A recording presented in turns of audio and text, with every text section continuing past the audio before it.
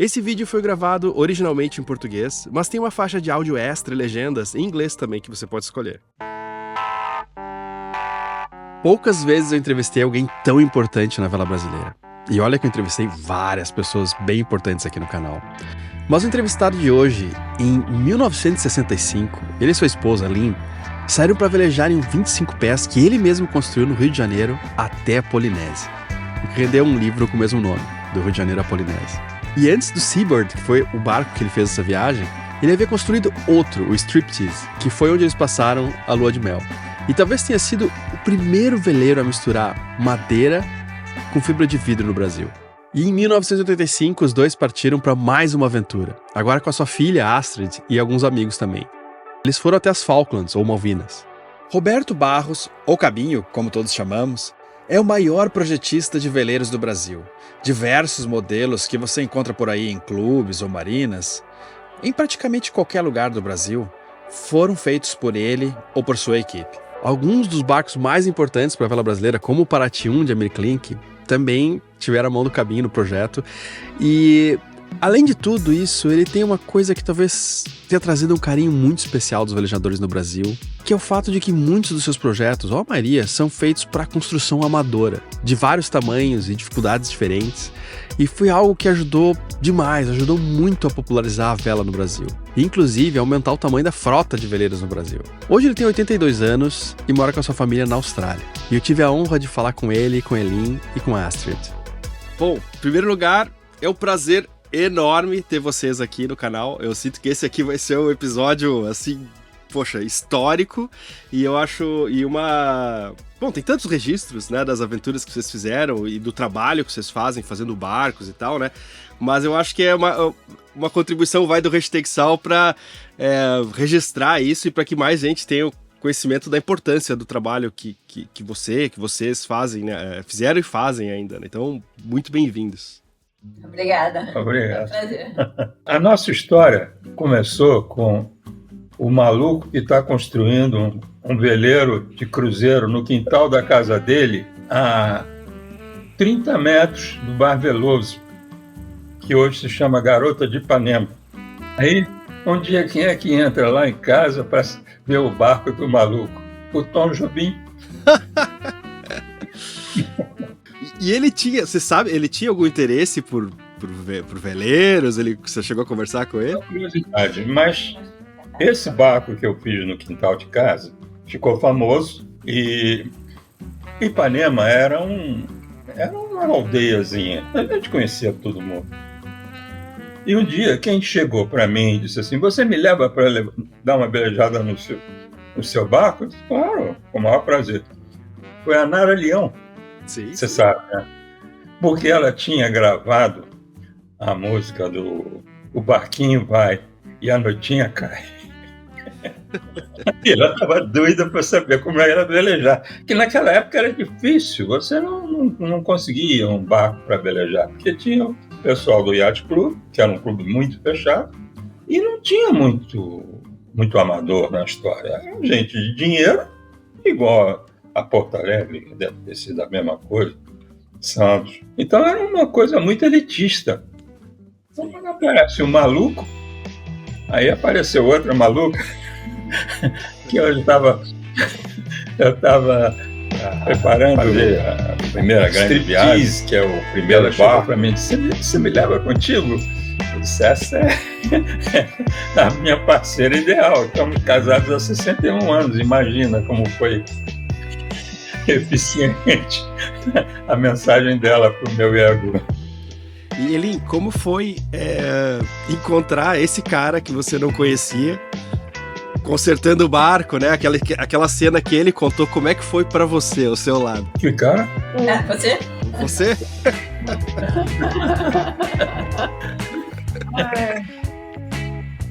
Meu pai tinha um barco a motor, feito lá em Santa Catarina, era doble proa, e nós estávamos lá na Guanabara. Clube de Regatas Guanabara, vizinho do Yacht Clube do Rio de Janeiro. Meu pai estava pintando o barco dele e o Roberto veio. Eu disse, posso ajudar a pintar seu barco? Aí começou por aí, né? Aí quando nós fomos para o Santos, Yacht Clube de Santos, a viagem foi muito boa. Nós fomos para Ilha Bela e o Roberto jogou âncora do outro lado, São Sebastião. São Sebastião. E aí disse, nós vamos ter que nadar até Ilha Bela. E tinha um navio entrando e saindo. E vocês nadaram? Nadamos. E eu Nossa! carreguei roupa, assim, fora d'água, né? Ai, foi horroroso. Mas a consequência foi que a gente foi até Santos e voltou, como era previsto, como a gente tinha combinado. E quando a gente chegou lá no Yacht Clube de Santos, o gerente do clube chegou para mim e disse, você não pode encostar aqui. Aí eu disse, olha, encostar, eu encostei, mas sair é quase impossível, porque está um sudoeste fortíssimo e eu não vou conseguir sair. Aí ele leu a matrícula do barco, Rio de Janeiro. Você veio no Rio de Janeiro, do Rio de Janeiro até aqui com esse barco? Sim. Então você é convidado de honra do clube pelo tempo que você quiser ficar aqui.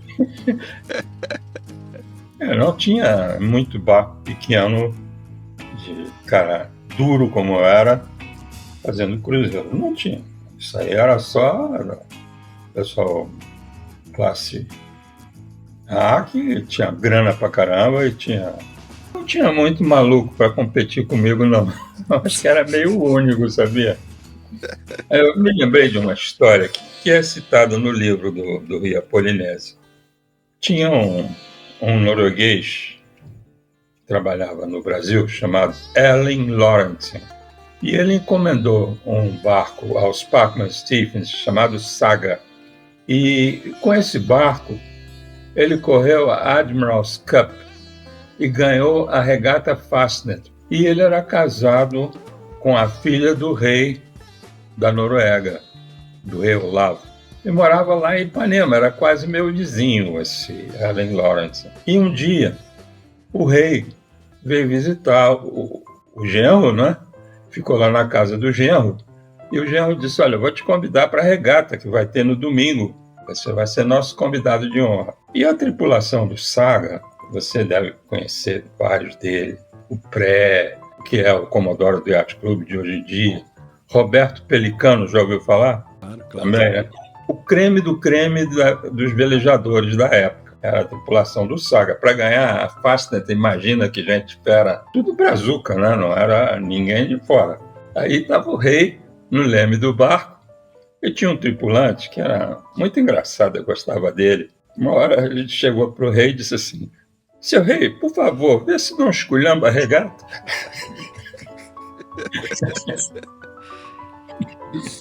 Essa ficou folclórica no Yacht Clube do Rio de Janeiro. Meu apelido é Cabinho, não sei se você sabia disso. E esse apelido eu ganhei porque você vê que eu sou meio maluco mesmo. Eu comprei um snipe com o meu primeiro dinheiro que ganhei e disse, eu vou velejando até Cabo Frio. E eu cheguei a pé em Cabo Frio de short, sem dinheiro, sem nada. Pedi dinheiro emprestado a um cara que estava na fila do ônibus para voltar para o Brasil, para o Rio de Janeiro, desculpe. E o motorista não queria deixar eu entrar porque eu estava descalço. Aí alguém me emprestou uma sandália havaiana e uma camisa, porque nem camisa eu tinha. E cheguei no Rio, na rodoviária, depois nem me lembro mais como cheguei em casa. Aí o pessoal me deu o apelido de Roberto Cabo Frio. Aí o pessoal muito generoso, tudo, passaram a chamar de Cabinho, e ficou. E é por causa dessa incursão de sniper até o Cabo Frio.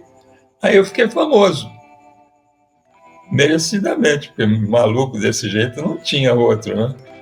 Aí eu deixei de ser ilustre desconhecido Passei a ser vedete. Aí que começou a história. Que eu acho que os tempos mudaram muito.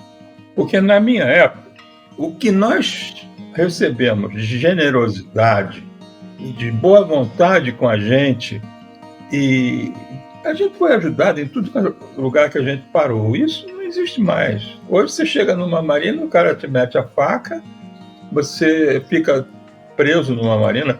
Eu voltei a Tahiti quando eu vim para a Austrália pela segunda vez. Eu voltei via Tahiti e tive a maior decepção da minha vida. Venderam todos os terrenos que eles tinham em Tahiti para os europeus ricos e foram para as ilhas mais distantes viver a vida deles como eles gostavam. E a gente tinha lá o pier dos veleiros de cruzeiro, onde a gente se confraternizava, e hoje a marina é o restaurante é um prédio fechado. O pessoal fica batendo papo dentro de um prédio fechado no paraíso. Pô, isso para mim não faz sentido. Primeiro que os nativos tinham sido tão bons com a gente que a gente adorou o espírito deles. Eles deixavam de noite, para eu não ver, cachos de banana e conchas lindas. Presentes, eles davam de noite para a gente não agradecer, imagina. Adriano, que gente boa, que gente maravilhosa. Descobrimos, ele era motorista de táxi para os navios, né? E ele nos levou para a casa dele. Era uma choupana com telhado de folha de bananeira. Folha de coqueiro. E entramos lá. O único móvel que tinha era uma mesa com 2 lugares. Mesa comprida. E a família toda sentada no chão em volta. E comida para 10 pessoas. E tinha 10 pessoas olhando a gente comer. Ninguém sentou, comeu nada. Não, a gente só veio aqui para ver vocês comerem, se vocês ficaram contentes. Era café, era Coca-Cola. E pratos nativos maravilhosos, imagina. Era um mundo que não existe mais. Eu vejo que muita gente que navegou... Conversei mais com gente que navegou nos anos 70, final de 70, 80, assim, né? É que, conta todas essas dificuldades, né? Era sextante, né? A comunicação era muito mais difícil, né? Mas tinha algo melhor, né? E eu fico pensando se isso não é a essência da vela, né? Porque a gente reclama que balança, que pega mau tempo, que não sei o que lá, mas tá sempre aí amando barcos e sempre com barcos, né? Tem alguma coisa que essa dificuldade traz prazer também? Eu acho que a gente só pode agradecer a Deus de estar aqui vivo, porque os filmes que a gente passou era pra gente ter morrido. Quando a gente estava chegando, quando a gente estava indo de Curaçao, Panamá, teve um furacão na Jamaica e a gente pegou o rabo do furacão. O barco capotou a 85 graus, ele não chegou a voltar pelo mesmo lado. E ali eu tinha passado 12 horas no leme e pedi a ela para ficar um pouco, ou descansar um pouco. E veio uma onda mais alta do que o mastro e o barco capotou e ela caiu no mar. Ela só está aqui para contar a história, que ela estava com cabo de segurança, senão ela tinha morrido. E quando ela se içou, ela estava no fim do fôlego dela. Isso era, na maioria dos casos, a pessoa está morta, no caso desse. Quando a gente atravessou o Atlântico, o Pacífico, por 2 vezes o tubarão tentou morder o barco, mas o barco era laminado, moldado de mogno, e o tubarão não tinha dente para comer aquele barco. E a gente está aqui para contar a história. O barco tremia com um barulho enorme do tubarão dando marretadas que eles davam. E isso foi um dos grandes sustos que a gente passou. Agora, foram muitos outros, não foi só essa. Mas eu tive a sorte de ter vivido uma aventura que só aquele maluco que o Tom Jobim foi visitar que ele era capaz de fazer. Liberdade. Quem pensa em morar em um veleiro pensa nela e, sem dúvida nenhuma, fazer isso vai te dar muitas liberdades. Eu digo no plural porque uma forma de pensar nela é notar que há mais de uma. A liberdade de morar onde você quiser, muito provavelmente é uma que você vai aumentar demais morando em um veleiro. De tomar um banho de mar a hora que você quiser, também é outra liberdade. Agora, tem um recurso que é o mais fungível de todos, que dá para trocar por muitas outras coisas, quase tudo, que é o dinheiro. E ele, às vezes, em alguns casos, pode até tirar a sua liberdade, mas, em geral, tende a aumentar. Especialmente se você consegue o que se chama de liberdade financeira, ou seja, ter investimentos com uma quantidade e uma qualidade suficiente em que você não precisa mais trabalhar. Isso é um certo nível de custo fixo para sua vida e tal, né? Legal, né? Eu já tenho? Não, ainda falta bastante. Mas é possível chegar lá para muita gente e às vezes não se consegue totalmente, mas em parte, o que dá uma tranquilidade muito maior, que supre uma parte razoável do que você precisa e te ajuda a ter mais liberdade de como você trabalha, de como você leva a sua vida. Não dá para também acreditar em milagres que você vê por aí. Isso é fruto de muitos anos de trabalho, conhecimento e disciplina também. Mas é possível aprender a fazer os frutos do seu trabalho te ajudarem muito mais. E você ter mais chances de atingir esse que para muitos é o santo grau da liberdade contemporânea. Eu melhorei muito a minha organização financeira depois que eu fiz o curso com a UVP, que são 8 semanas cheias de conteúdo, abrangendo uma gama enorme de assuntos, várias ferramentas, uma comunidade para você tirar dúvidas, exemplos.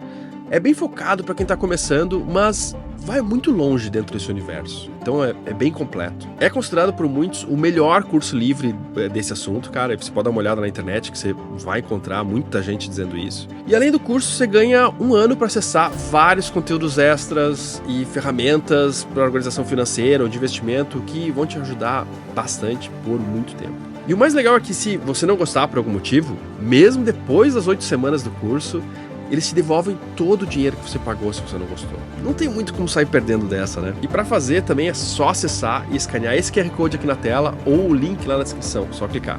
A UVP foi eleita ano passado como a melhor consultoria de investimentos do Brasil pelo BTG Pactual. Então eu acho que vale muito a pena. O nome Cabinho é um dos mais pronunciados e escritos na vela brasileira. Um nome que é raramente associado ao glamour, mas sim a uma grandiosidade baseada em conforto, junto com força e uma essência bruta e verdadeira do mar. Bem, eu tenho um orgulho de ter desenhado Paraty com um amigo meu chamado Gabriel Dias. E esse barco ganhou o prêmio Tillman, conferido pelo Royal Cruising Club da Inglaterra, como o melhor barco polar até aquela época. Mas até aquela época, foram 2 brasileiros que fizeram que, ou por generosidade, ou porque eles acharam mesmo, o melhor barco polar até aquela época. E o Amir ficou encantado com o barco, né? Sim. É que eu acho o seguinte, quando você é fanático, tende a fazer melhor serviço. Eu só pensava nisso, Adriano. A Aline é uma santa. Que se não fosse náutica, se não fosse vela de cruzeiro, eu estava por fora. Não sei jogar futebol, não sei jogar vôlei, não sou músico. Mas na hora de sair pelo mundo com veleiro, não tinha gente para competir comigo, não. Eu era campeão. Um dos campeões, né? Tem outros. Essa atração, essa devoção pelo mar, não só inspirou uma boa parte da vela de cruzeiro brasileira. Ela deixou uma obra feita em fibra, madeira e aço, que boa parte dos velejadores brasileiros hoje apostam suas vidas quando se lançam ao mar. Não sei se você sabia, a primeira fábrica de veleiros em série do Brasil fui eu que fiz. Você já ouviu falar do Tahiti, do Rio 20, do Atol 23? Sim, claro. Não sabia que você tinha feito diretamente ele, sabia que você tinha desenhado. Desenhado e construído. Os 3 juntos chegaram a mais de 900 barcos, numa época que não tinha barco de fibra de vidro no Brasil. Isso foi o alicerce da minha carreira.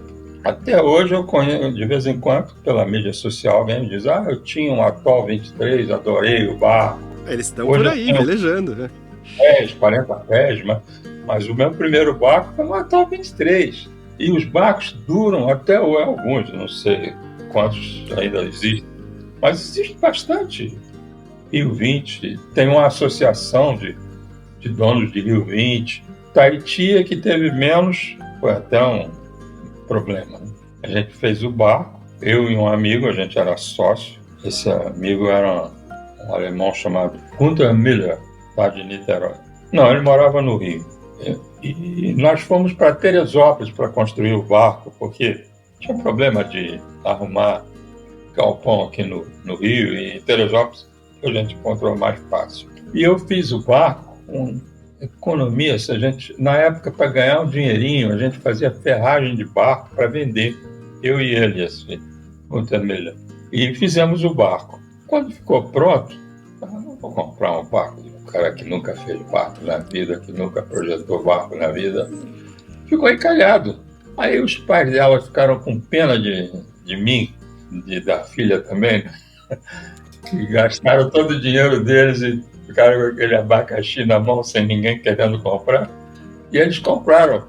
Aí eu arrumei logo depois um cliente que pagou a eles não tiveram prejuízo nenhum, mas também não quiseram ganhar dinheiro, né? Foi só um empréstimo. E depois esse barco vendeu mais de 300. Como vendeu mais de 300 o Rio 20, e mais de 300, por coincidência, os três venderam mais de 300. Deu mais de 900 barcos, os três. Quando o Roberto estava construindo lá em Teresópolis, o pai dele foi visitar e o Gunther Miller não sabia quem ele era. Ele disse: eu sou fiscal. Tinha senso de humor. Essa eu me lembrava, você tem uma memória ótima. Os projetos do Cabinho alcançaram desde pessoas que precisavam só de um bote de apoio, talvez com um pouco mais de 1 metro, a barcos campeões de regata e ainda a veleiros polares enormes que desbravaram os mais difíceis mares do planeta e trouxeram com segurança a tripulação de volta para casa. Assim, o teu trabalho, né, o trabalho de vocês, do escritório, né, ele também, claro que faz barcos gigantes para pessoas que têm muito dinheiro também, né, e com muito sucesso, mas tem uma história, né, tem um perfil assim de também criar sonhos possíveis para vários tamanhos, né? Tem uma coisa assim e pelo mundo, né? Eu vejo que tem no site, eu vi um cara da Polônia fazendo um barco, vi um monte de gente, né? Me fala um pouco do que vocês sentem no trabalho de vocês. Eu sei que vocês são bastante apaixonados pelo trabalho e que, óbvio que visa lucro, mas não é só isso. Como vocês sentem, o que vocês procuram fazer, assim, nesse sentido de viabilizar o sonho das pessoas? Tem várias fases. No começo era o barco barato, era o barco que dava para fazer em casa e economizar bastante e viabilizava para pessoas que não podiam ir comprar um barco, principalmente comprar à vista. Na hora que você constrói, você leva o tempo que precisar e tem o barco no final. Ao longo do tempo mudou e hoje em dia são os barcos bons. Hoje em dia, se você quiser um barco bom, faz o seu próprio barco. Continua tendo as opções dos barcos mais baratos, mas não faz mais tanta diferença assim. O barco de fábrica barateou muito com a linha de montagem, com construção em grande impressora escala. 3D e CNC, essas coisas. Mudou radicalmente a tecnologia, né? Hoje, mas isso é o tal negócio. Quando a gente fez o striptease, teve uma regata que a gente chamou de Regata da Morte. Não sei se você ouviu falar dessa regata. A regata saiu de Botafogo, foi até as Ilhas Maricás e voltou. Quando estava voltando, entrou uma frente fria terrível, talvez a mais forte que eu já vi na minha vida lá no Rio de Janeiro. E 2 barcos naufragaram. Um deles morreram 2 pessoas. E nós estávamos na regata e partiu o leme do striptease. Porque naquela época, você não comprava com facilidade um tubo de aço inoxidável. A gente usava latão. parafuso de latão, as tiras de latão, quebrou o eixo. Aí, nunca mais eu quero que quebre um leme na minha vida. E nunca mais quebrou. Mas acontece, o barco velejou muito bem sem leme. A gente adernava para um lado ou para o outro, ele arribava ou ele orçava. Esse é o striptease. Poxa, assim, você tá amarrada com a história da vela brasileira de um jeito muito especial, né? Você, a Aileen, né? E o escritório também, né? Você pensa um pouco, assim, no legado que toda essa história vai deixar? Você tem, assim... Você tem uma preocupação com isso? Olha, o negócio é o seguinte, a gente já conversou bastante sobre isso. Os tempos mudaram e as pessoas querem muito conforto e pouca encrenca, mas eu não acredito nisso, porque as coisas sofisticadas, elas são mais propensas a quebrar, principalmente no mar. Que o dono do barco é um leigo e o técnico cobra caríssimo para ir consertar suas coisas. Então, eu acredito que a simplicidade tinha seu lado bom, que era que você se virava com coisa que você mesmo cuidava. Por exemplo, quando a gente estava indo de Fortaleza para Curaçao, de repente o sextante começou a ficar maluco. Não estava mais conseguindo fazer reta de altura com o sextante. Aí eu descobri que os espelhos do sextante, que tem que ser perpendiculares, estavam fora de alinhamento. E tinha lá 2 parafusinhos para você regular esse paralelismo. De repente eu não conseguia mais navegar astronômico. Eu disse, puxa, ali, como é que a gente vai encontrar Curaçao? Estamos roubados. Aí, tempo a gente tem, né? Peguei o livro, vi lá como é que fazia, relativamente simples, e fiz. E quando fiz a seguinte reta de altura, deu certinho. Isso, se você fizer com AIS, não vai conseguir, né? Se o AIS quebrar, se o GPS, se o seu chart plotter quebrar, você não vai conseguir resolver. Então, a facilidade é uma faca, como dizia no meu tempo, de 2 legumes, né? Esse Maitairoa era antediluviano, né? Ter passado por isso tudo e ter feito essa viagem de volta que eu te mostrei, velejando, não sei se foi você que estava no caminho. Uma baleia. E subiu num cachalote até quase que a espinha dorsal dela, e aí o barco caiu de lá, aí acabou a viagem sem problemas. Então você vê que era a prova de absurdo. Era indestrutível mesmo. Pô, e assim, ó, eu vejo muita gente hoje falando, se você não tiver um 45 pés, não pode atravessar o oceano. Se você não tiver um barco X, não dá para dar a volta ao mundo. Se você... O que você que foi até vocês que foram até o Tahiti, né, com o 23, né? 25. Que era... O 25, desculpa. O que vocês têm a dizer sobre tamanhos de barco e aventuras no oceano? O homem sempre foi igual, que a tecnologia que mudou, mas a gente é humano, erra e acerta, todo mundo é igual, não tem diferença não. E os tempos não mudam isso. E na náutica é a mesma coisa. As viagens dos polinésios, as viagens dos vikings, o que os caras fizeram é impressionante, né? A tecnologia moderna não significa que não vai ter falha. E se tiver, você está roubado. E na tecnologia mais antiga, as coisas eram mais simples e era muito difícil de você ter problema. Mas se você vai confiar no chart plotter, se ele pifar, você tem que ter um outro na caixa e saber trocar, né? Porque o eletricista é que faz o serviço para todo mundo, né? Então, esse conhecimento hoje tem que ser muito maior para fazer a mesma coisa. E eu tenho visto que as pessoas hoje, em primeiro lugar, não tem a generosidade que nós recebemos em lugar nenhum que você chega. Porque o dono da marina quer dinheiro. E os caras que fazem a manutenção querem dinheiro. E você não pode se livrar disso, porque senão o barco não funciona. E no meu tempo, as pessoas te ajudavam e você mesmo resolvia seus problemas. Então, eu não gosto de ser muito saudosista, mas isso é fato, não há dúvida. Por isso é que hoje as pessoas querem muito conforto e ficou mais elitista e mais sujeito a problemas. É que a gente não sabe que hoje tem tanto mais barco que naquela época, mas existe uma porcentagem de acidentes, não sei qual é, mas existe, né? E se você bota a sua família dentro, é perigoso.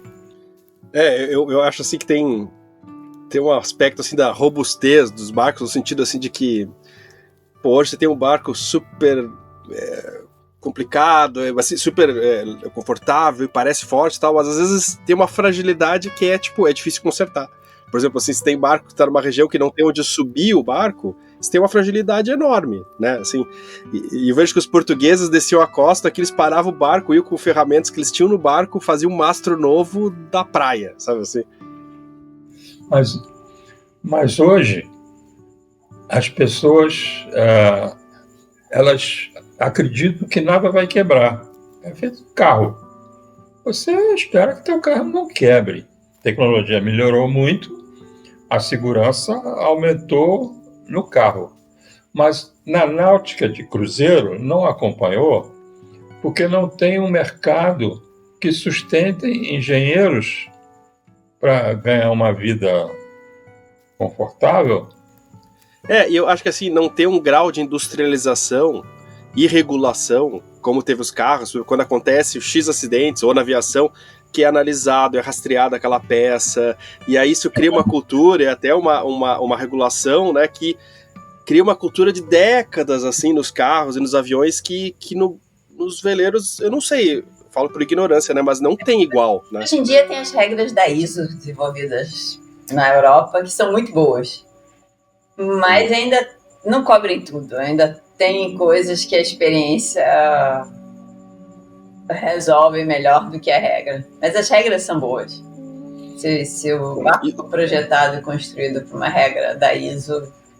E já na minha época, eu também mexia as regras das classificadoras. Classificadoras, que também eram ótimas, não tinha problema nenhum. E o R, essas...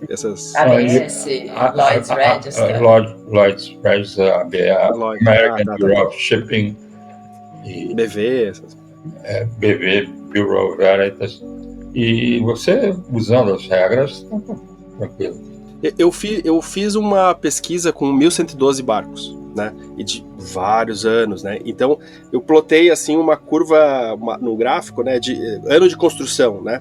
E eu vejo que, ali, nos anos 80 teve bastante, né? E nos anos 90, me disseram que é por causa do plano Collor e tal, quase nada, assim, né? E um recomeço, né? Hoje está muito melhor que nos anos 90, né? Muito mais barcos, né? Assim, mas eu acho que aqui, eu tenho a impressão que nos anos 80, assim, ainda tem mais barcos daquela época e, isso é no passado, né? Muitos barcos devem ter afundado, parado, né? Então, acho que o volume dos anos 80, acho que a gente não recuperou ainda. Tem um grupo grande de construção amadora no Brasil hoje em dia, construção de barcos de madeira. Eu sei, o Luiz tem um grupo de WhatsApp que bomba. Tem muito construtor, sempre tem vídeo, um ajuda o outro. Tem bastante barco sendo construído e tem muito mais colaboração por causa dos recursos. Vocês teriam alguma mensagem para quem gostaria de entrar nesse mundo, quem gostaria de comprar um barco, ou para construir também um barco, né? Quem olha esse universo de fora, né, e tem vontade de fazer parte, que mensagem vocês dariam? É melhor a Astrid falar que ela é mais jovem, ela está mais por dentro do que eu. Algumas mensagens. Para quem pensa em construir o barco, é uma ótima opção para o resultado final. Vai ter o melhor barco possível, Mas tem que gostar do processo, porque não é fácil, é trabalhoso. Então, o processo de construir tem que ser um lazer também. E segundo, que é a melhor forma de viajar pelo mundo, porque você não precisa comprar passagem, não precisa reservar hotel, você leva a casa com você cozinha onde você estiver. E acho que é uma forma muito econômica e viável de viajar. Mas para fazer cruzeiro, você tem que estar disposto a abrir mão da vida convencional. É um compromisso. Eu concordo 100%, né? Mas eu também queria saber de você, Cabinho, e da Eileen, tipo assim, ó, não no aspecto técnico dos barcos, mas de ter vivido tudo isso que vocês viveram, né? Ter feito essa viagem na época maluca pro Tahiti, né? De ter feito tantas outras... Quem quer entrar nesse mundo, o que você diria nesse aspecto pessoal, assim, se vale a pena passar os perrengues, se não vale, para que tipo de pessoa vale? Olha, ser honesto, eu estaria mentindo se dissesse que é moleza, porque a gente está vivo por milagre. Então, eu gosto de ser humilde, sabe? Depois o cara morre, foi culpa dele que disse que é moleza. Mas é tudo assim, né? A vida é assim mesmo. Qualquer ramo que você esteja, você vai ser piloto de Fórmula 1, pode morrer assim, né? Com a maior facilidade. Se você de equitação, pode levar um tombo e morrer. Sei lá. Se você gosta mesmo, você morre feliz. Eu acho que quando você vai numa aventura assim, quando você fica mais velho, você gosta de relembrar. Puxa, eu fiz isso. Agora a gente pode contar vantagem, né? Eu acredito que tem certas viagens que eu fiz, imagina vocês que fizeram muito mais, mas assim, que não é que, assim, foi difícil, né? Não é que não tivesse prazer na época, mas elas são melhores depois que passa. Tipo, são horas ou dias de desconforto, mas são anos de lembrança, assim, sabe?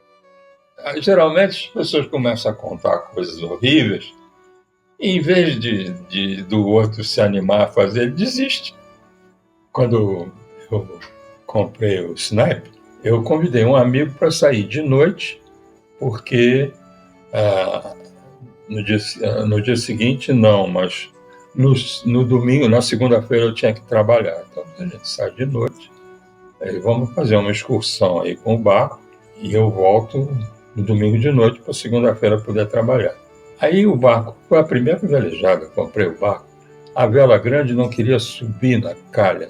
Na calha. O cabo estava muito grosso e passei horas para fazer subir.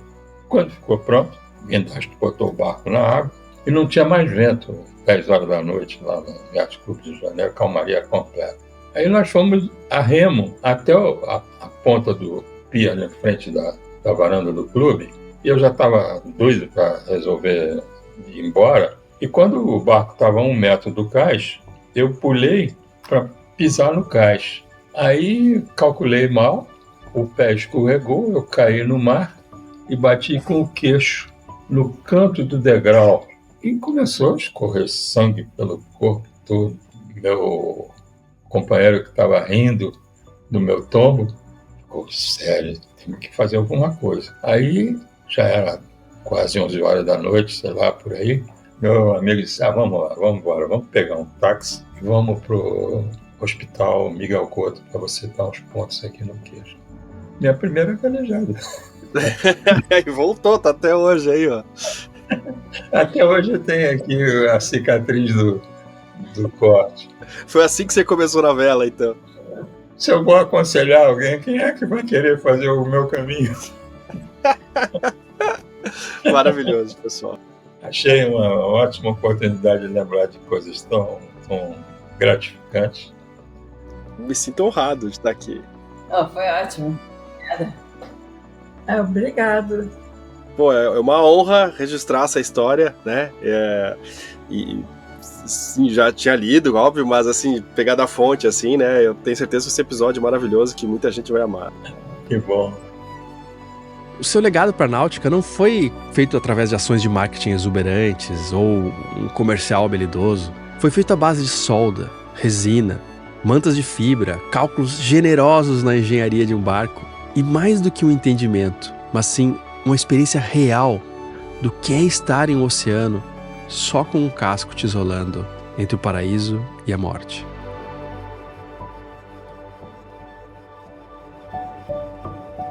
O Hashtag Sal e as pessoas que trabalham nele são mantidas pelo apoio de algumas pessoas que deixam qualquer quantia voluntariamente nos sites do Apoia-se e do Patreon, que são sites super seguros que a gente usa há mais de 10 anos. E se você quiser se tornar também um apoiador, o Hashtag Sal é algo importante para você quer fazer parte dessa comunidade, ter um contato mais próximo comigo e com vários outros velejadores, escaneie com o celular esse QR Code que aparece aqui na tela ou clique em um dos links na descrição. Eu te agradeço muito. Até o próximo domingo ou até daqui a pouco em um dos nossos grupos de WhatsApp.